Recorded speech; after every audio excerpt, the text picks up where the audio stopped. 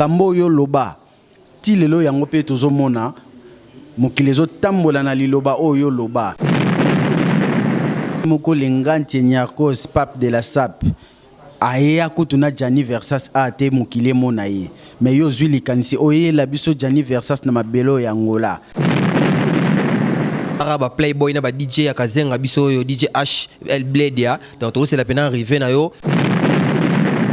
ya na yo vraiment osala bien makasi etakenga moko na konzaka mabelo ya kazenga jouer lamba vemoni bilamo na lati na olongola kalate la tour ozo valoriser ba couturier na biso ya Afrique donc ndenge totanga ba papa yoji ba Versace ba tutu wana tour yo pe photo ba notanga bango na bandenge ya ba Afrique les retours na ba aéroport wane ko buka na lisekite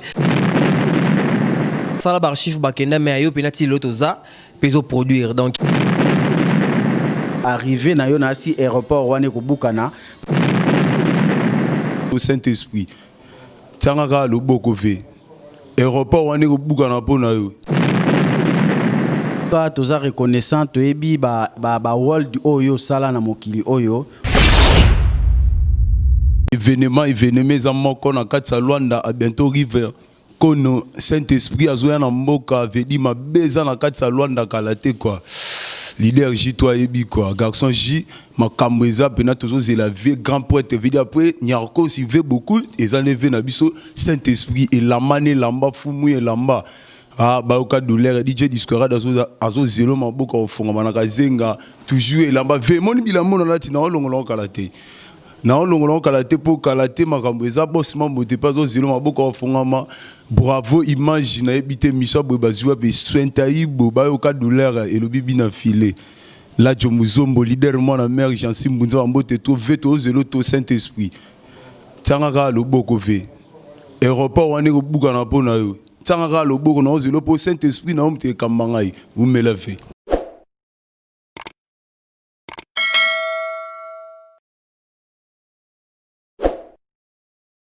Ouais, leader arrive un kono Saint-Esprit. Toyebi que non arrivé na déjà comme peine na mabele ya Angola. Donc ngamoko déjà garçon J naza wana prêt pour na rosela vraiment arrivé na yo ba déconfinement yango déjà comme kalate bazo libérer ba faire. Donc ikoya na yo vraiment osala bien makasi ta kenga moko na konzaka mabele ya kazenga. Donc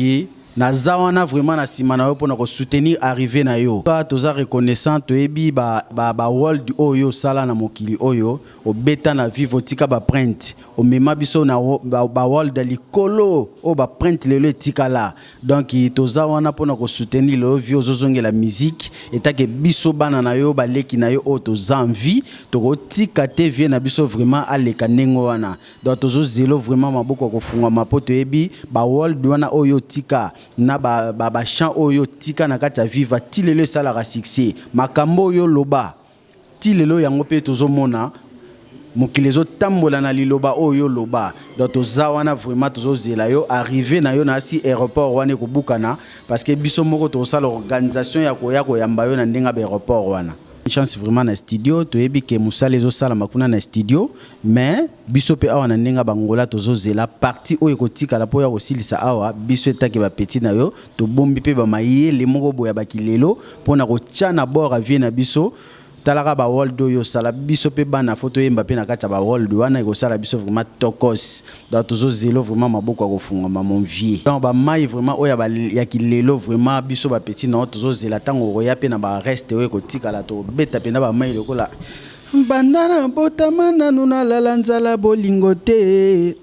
epana yo na komi olalanzala bolingo na yo esko yebi degra bolingo ngana pesaka yo soki ofongoli motema na ngai okomona kombo na yo bebe na nga mama donc babiloko wana vraiment kokota na biloko avie na biso soko komi vraiment match ozala bien makasi mon vieux eloko vraiment sali ke lelo garçon J akota vraiment makambo na yo eza ke po ozwi décision ya tour ozo valoriser ba couturier na biso ya Afrique donc ndenge totangaka ba papa yoji ba Versace ba tout wana tour yo pe photo bando tanga bango na bandenge ya ba Afrique awa. Merci vraiment na likanisi wana moni africain soka zo soutenir moninga na africain yango nde tozo lukapo lelo toko dépendre kaka pa mindele te quoi. Donc likanisi wana sali lelo biso vraiment tozala sima na yo to chao poana eloko yo zo sala tango ko ya boye ba coutirer na biso nyonso derrière toi. Donc on revaloriser bango et ko sala biso bientôt la taper ba teni lelo ya ba africain na ba griffe na biso pe ya ba africain ba kombo oyo ko baptiser. Merci mon vieux. Et puis tala lisusu likanisi zui toyebi ke yemoko lenganti Nyarkos pape de la SAP aya kutuna Gianni Versace a te mokile monaye mais yo zui likanisi oye la biso Gianni Versace na mabelo ya Angola tala age nini Nyarkos atika Gianni Versace o biso toyebi ete mais yo zui décision oya ko lakisa mokili Gianni Versace en tout cas likanisi ya bongo nga vraiment na kota maramna ote bato bazotala biso bakota maramna ote simba te mon vieux. Donc Gianni Versace c'est la première fois Anyata Mabele Angola vient à biso yom tozoya na yi. Donc merci beaucoup na likanisi ko lembate salaka ka ozo sala nzambe akofuta yo. Ouais, mon vieux Rive Kono Saint-Esprit d'abord biso ba playboy ya Luanda to koti makambo donc na la makutu donc on parleront jamais pour yo moyebi donc des retours na ba aéroport wane ko buka na lisekite hein talara ba playboy na ba DJ ya kazenga biso yo DJ HL Bledia donc to c'est la peine arriver na yo donc makamba pasi pene roya na so nyatika mabele yo pour balobaki hein basala ba archive ba kenda mais yo penati lotoza peso produire donc tous les là on peut arriver dans mon vieux et ça là c'est bon ouais donc